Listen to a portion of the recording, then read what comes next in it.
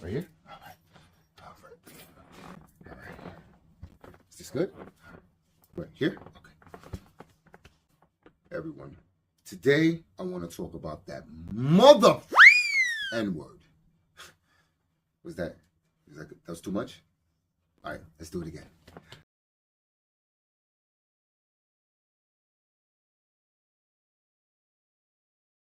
What's good, everyone? I want to talk to y'all about something that's been heavy on my mind lately. Real talk. Scrolling through YouTube, noticing how certain words get you demonetized instantly, right? Okay. They censor all kinds of stuff, some for good reason, right? Not testing that. But you want to know what word they don't really censor? I'll give you a minute. The N-word. There you go.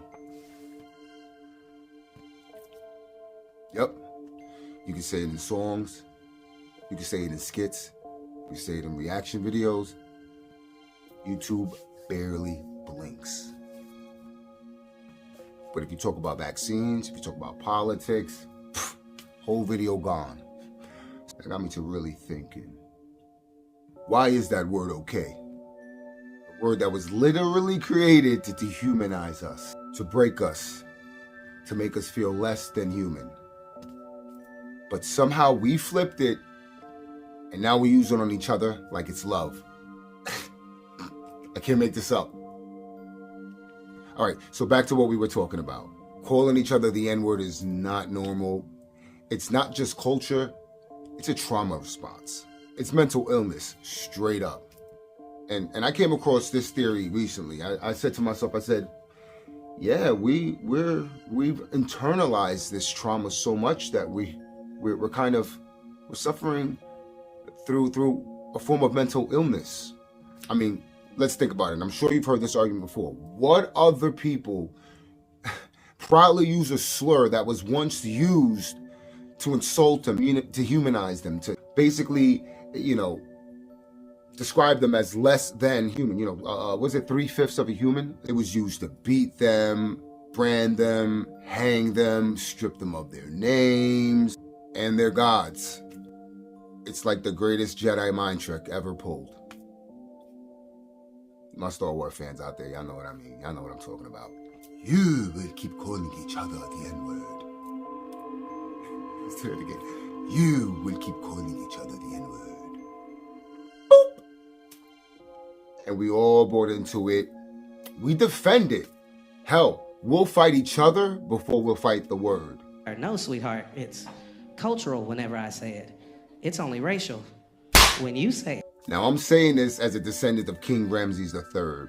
My people built pyramids, charted the stars, we wrote in stone, and now we're calling each other a word that was meant to erase all of that. We gotta let it go, people. We gotta let it go. Not just because it's offensive, but because it's dangerous.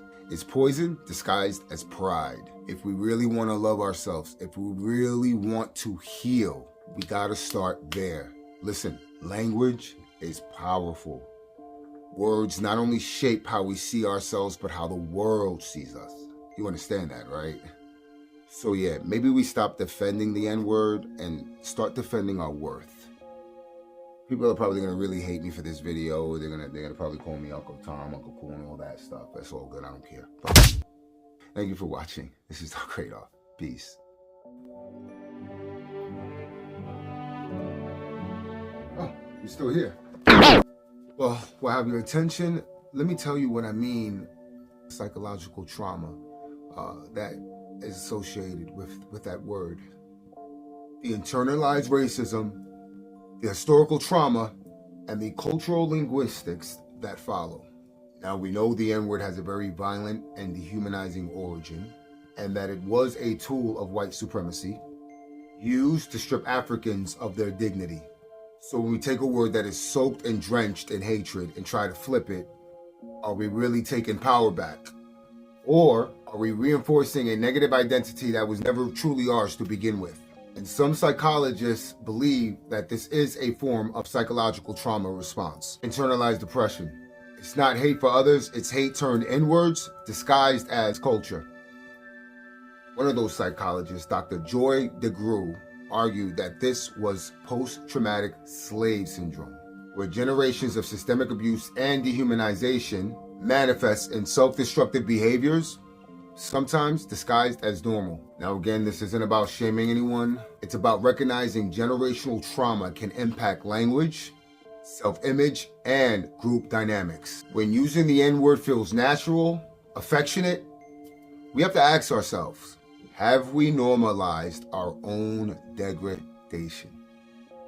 And if so, is that healing or is that harm? It's almost a form of like Stockholm syndrome when you think about it, right? Think about it. It's like a form of Stockholm syndrome.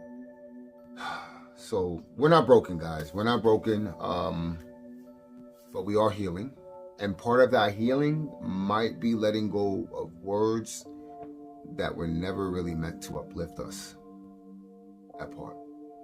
Real strength doesn't need rebranded chains. It needs clarity, humility, and courage to redefine ourselves on our terms.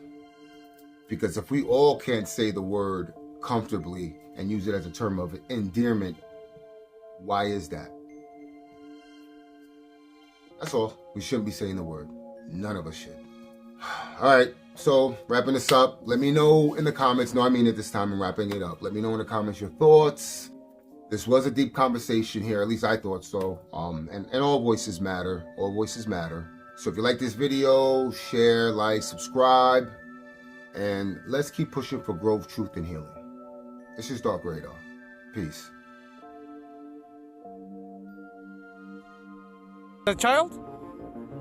Did you call the child the word?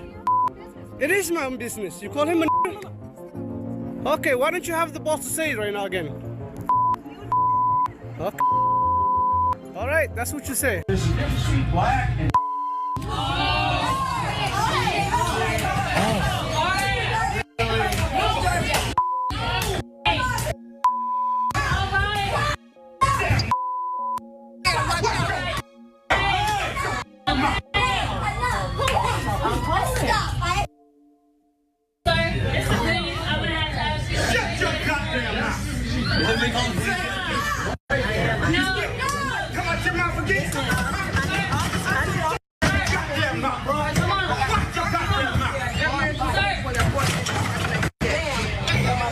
I looked up to at one point. It was somebody that I was like, I used to see out and be like, yo, that's that nigga, you know what I'm saying? He's doing his thing. He opened for Jay. You know, he had records. He was killing them.